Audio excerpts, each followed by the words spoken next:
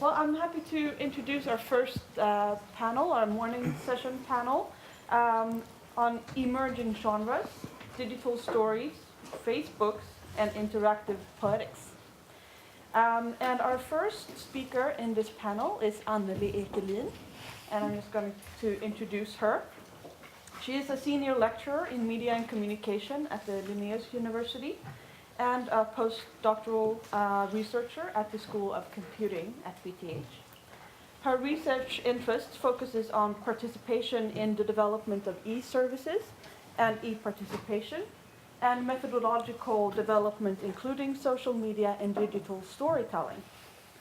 Annelie has many years of experience in research and development projects on user involvement, design in use, and design through use.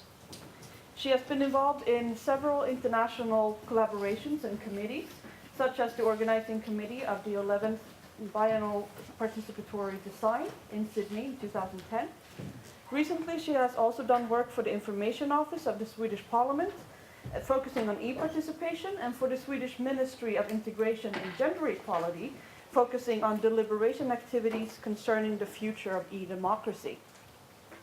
This year, Annelie will take part in a panel concerning innovation for e-participation at a pre-conference to the 6th European Ministerial E-Government Conference and exhibition in Poznan. So, welcome, Annelie. Okay. Hello, everybody. Well, that was one picture of me, or a couple of pictures of me, which is, of course, true. They always are.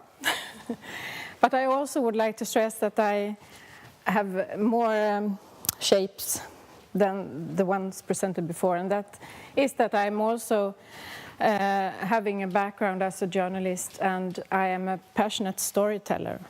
Well, you might not hear that today, but when we are, I sure do that when the time is the right. But now I would like to introduce you to this presentation about digital storytelling crosswise.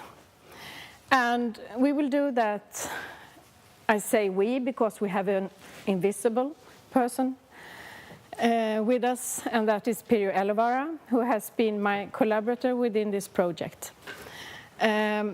She is very much present, I'm sure about that, and we will come into that later. The presentation is about a method in shaping stories. And I will also discuss how this method could be changed in some certain ways. The project was, I will present a project which was, we can call a digital storytelling project. And it was conducted within a larger regional project called Delta Garden. It was conducted in Blekinge, Kalmar, and also Växjö. And Pirjo and I worked here locally with story groups, focusing on history, but also groups working on integration issues, or rather women who are supposed to be integrated in the Swedish society. And we will discuss these two seemingly very different groups, what they had in common, and also how they interpreted and how they discussed around certain themes. The themes then is about home in the sense of belonging. It is about identity and also silence, and mapping as knowing. I would also say that this project was about empowerment, in a sense that it wanted actually to empower a whole regional population in telling their stories, and also develop further into local entrepreneurship. Well, what is then digital storytelling? I will not show any of the movies created by the women and the people in the local history group. But I would discuss around them. But I will give you some flavors from the sessions, the workshops, which we had. Digital storytelling is basically about making a small little movie where you present something which is very personal about yourself, something that you have experienced and something you really would like to stress. A digital story is built around 7 elements, and that is the point of view, the dramatic question. There also need to be an emotional content. And this method also puts a lot of emphasis on the gift of the voice and the power of the soundtrack, for example. It is also about more technical aspects like economy and pacing, and that is the rhythm in the story. And it has its roots in the Center of Digital Storytelling in Berkeley, mainly. It is about small-scale stories, but it is also related to a democratic change and also PD tradition within the North American part of the world, which means that storytelling also is, in a sense, a way of doing democracy.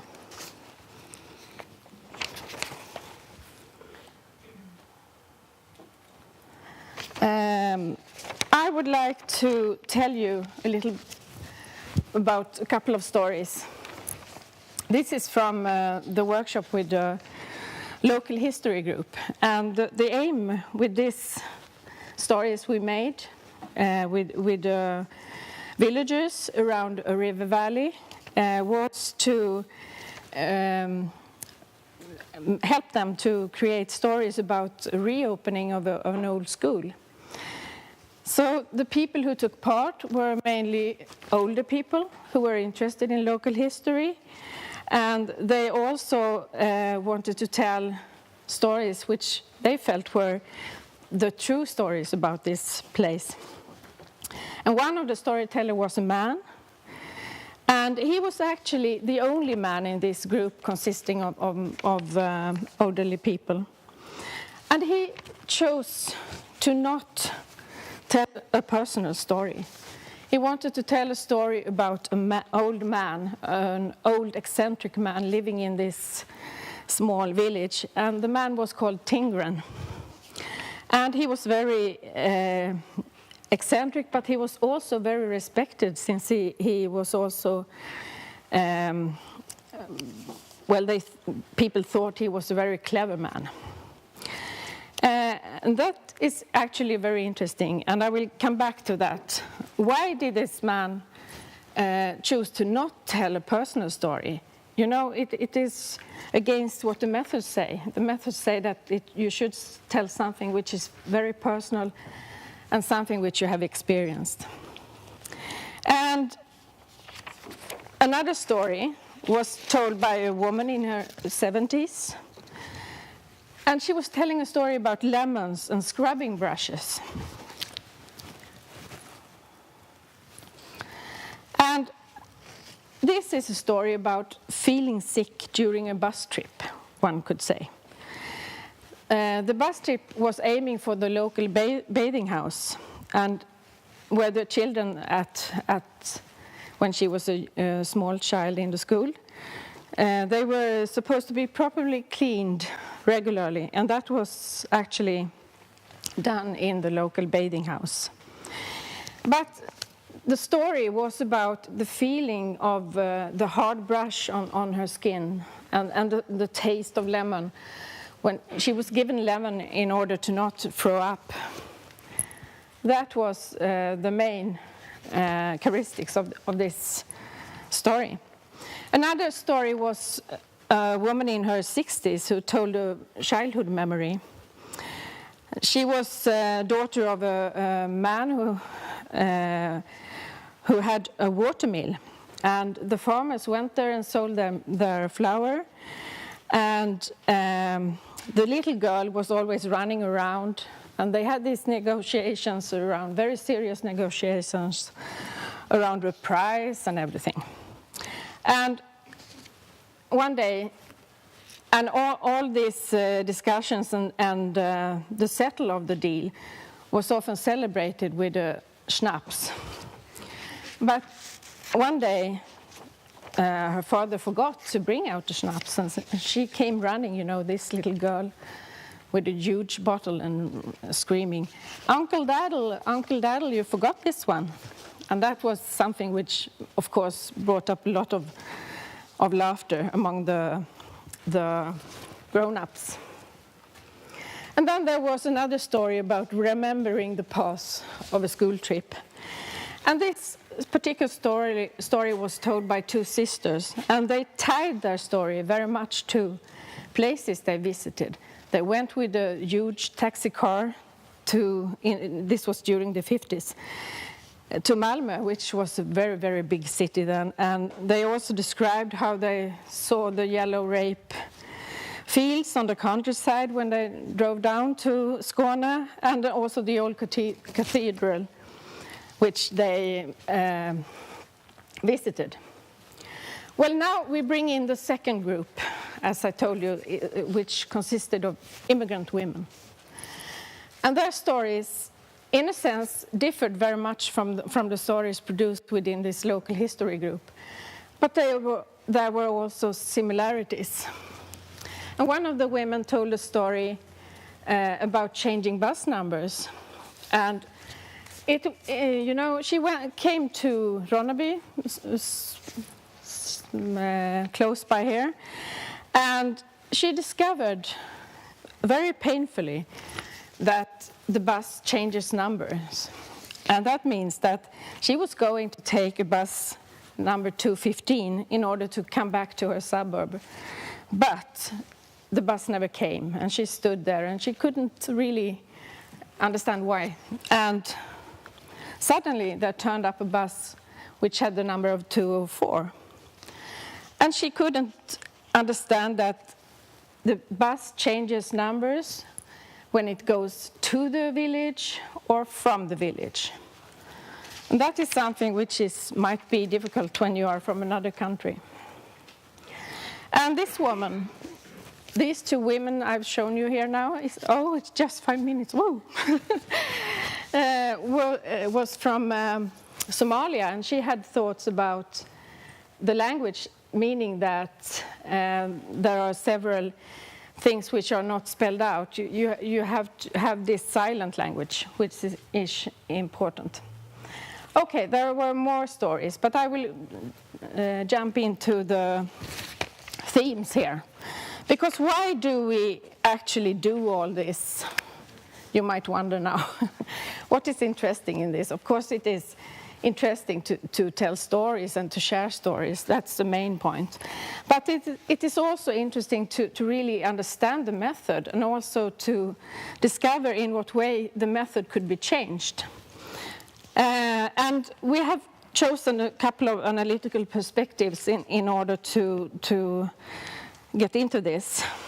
We call ourselves, I and Pirjo, call ourselves in a sense modest witnesses.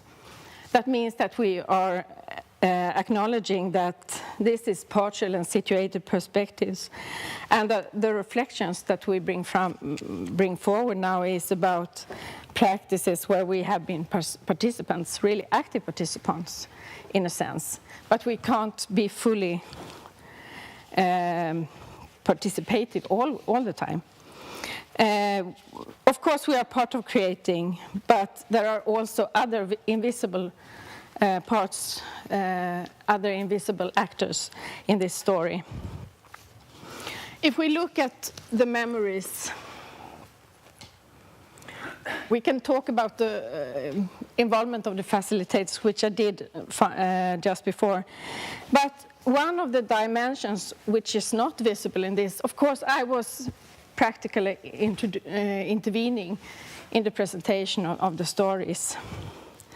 It was the fact that the women lacked the language. The Somali women, for example, they were illiterate, so they didn't have their own basic language, and they didn't have the new language.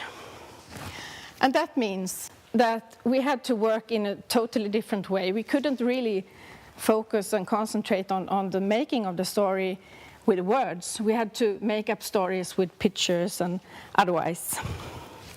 We can also bring in the invisible dimension that Pirjo and I also had connections in different ways to these two different groups.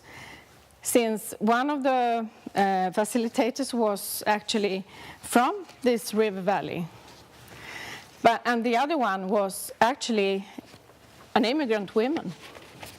And that, of course, interfered in the story making, the process of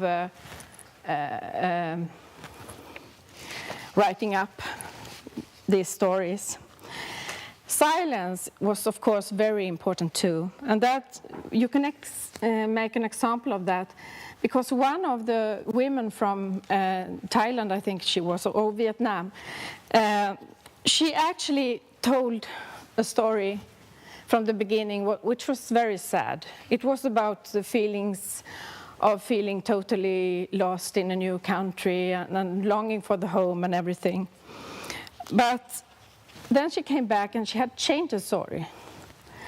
And of course, this is something which is not visible in the final product.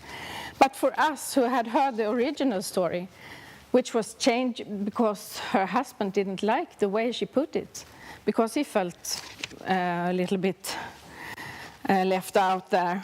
And by telling her story, of course, it came out as one version, but for us who listened to the story and had heard the first story, the silent part, the parts that were removed, was the one that really told us something which was about maybe more authentic from the beginning. And the mapping of identity then, what is that about? It is that we make up the world while we walk. It is the past, the belongings, the places we visit, the people we meet, yeah, I know, and the things that we really see and actually could grab. That is our world, in a sense.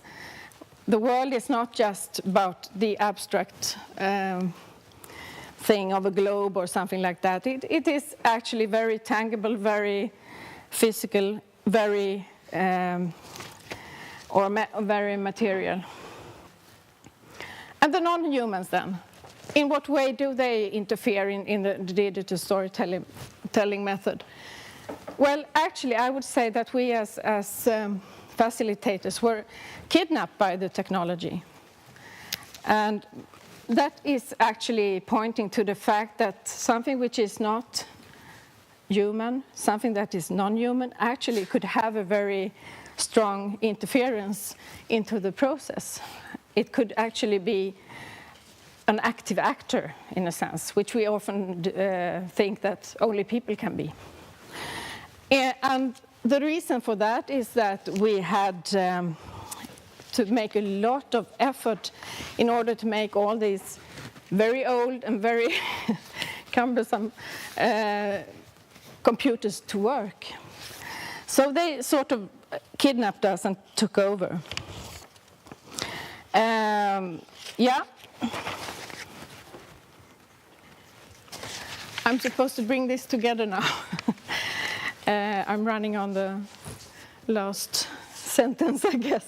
Yeah. Well, this is interesting in many ways. If we think of the world as something which we socially construct, or maybe socially co-construct, we do it together. Then we could think about the home.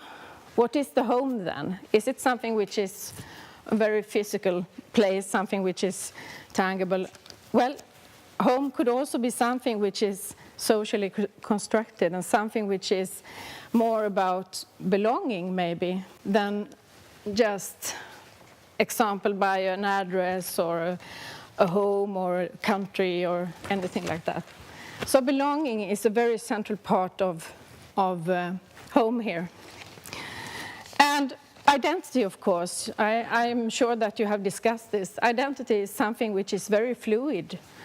You know, when you are acting and doing digital stories, you actually construct yourself during the event of creating this story. And it is often about reflexivity and about how am I supposed to describe myself in relation to what I think others want to hear, and in relation to what I feel, and in relation to what, you know, the grand stereotypes, the grand narratives about how you are supposed to present yourself, and how this interfere with the advent of creating a story. Okay, yeah, I can talk a lot more, but I think I will end there. Okay, thank you.